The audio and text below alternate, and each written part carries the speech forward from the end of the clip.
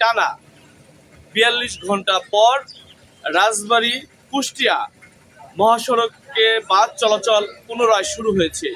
আমাদের এই বিষয়টি কিছুক্ষণ আগে এই বিষয়টি আমাদেরকে নিশ্চিত করেছেন রাজবাড়ী জেলা সড়ক পরিবহন মালিক গ্রুপের নবনির্বাচিত যিনি সাধারণ সম্পাদক, তিনি কিন্তু আমাদেরকে মুঠোফোনে বিষয়টি নিশ্চিত করেছেন।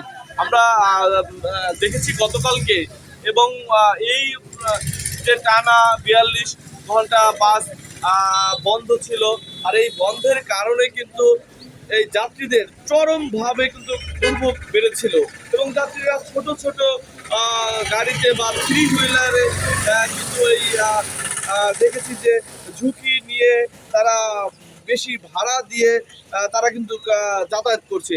যাত্রীদের চরম আমরা দুর্ভোগ দেখেছি, সরজমিন আমরা ঘুরেছি গতকাল সকাল থেকে আমরা বিকেল পর্যন্ত আমরা এই মহাসড়কের এই চিত্র কিন্তু আমরা দেখেছি। তবে আজকে সকাল ৬টার পর থেকে এই কুষ্টিয়া রাজবাড়ী যে মহাসড়ক, সেখানে কিন্তু বাস চলাচল শুরু হয়েছে, এবং বর্তমানে এই রুটে বাস চলাচল স্বাভাবিক থাকবে এমনটা কিন্তু আমাদেরকে জানিয়েছিলেন শ্রমিক নেতারা। তবে আমি আপনাদেরকে জানিয়ে দেব যে এই শ্রমিক নেতারা আমাদেরকে জানাচ্ছিলেন যে তুচ্ছ ঘটনাকে কেন্দ্র করে এই রাজবাড়ী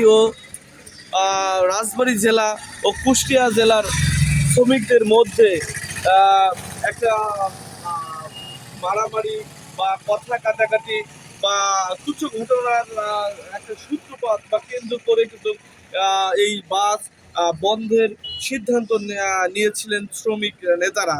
তারপর এই বিষয়টি নিয়ে বারবার আলোচনার পরে বা বিষয়টি সমাধান হয়, আর এই সমাধানের পর কিন্তু এই পুনরায় এই বাস চলাচল কিন্তু আবার স্বাভাবিক হয়েছে, এমনটা কিন্তু জানিয়েছিলেন শ্রমিক নেতারা। তবে এই বিষয়টি নিয়ে আমরা কিন্তু রাজবাড়ীর যে জেলা প্রশাসক যিনি রয়েছেন তার সাথে আমরা কথা বলেছি।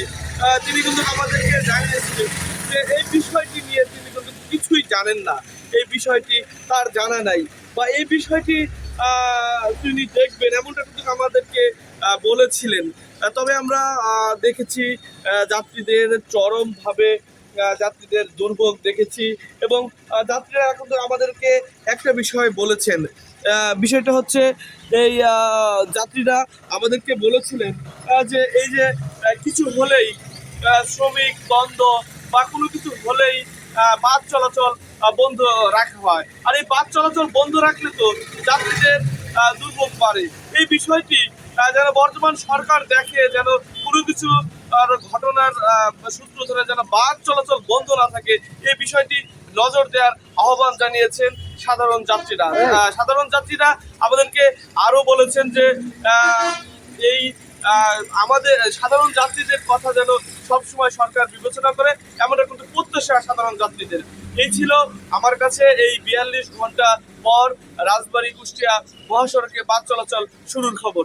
সকলেই ভালো থাকুন, সুস্থ থাকুন, আল্লাহ হাফিজ।